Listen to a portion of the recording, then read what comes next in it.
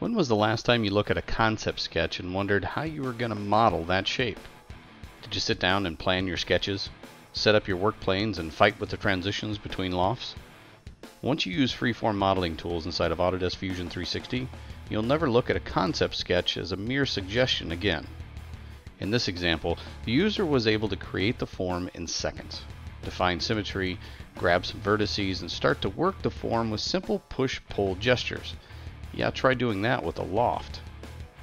Transition between shapes with the right mouse click, and again, drag the shape to where it meets that perfect combination of aesthetic and function. And rather than using a part edge, what about using a sketch spline? Maybe add the concept sketch image as a backdrop to help define the form. Again, symmetrical push-pull to get the desired result. From here, you're not limited to using the Freeform tools.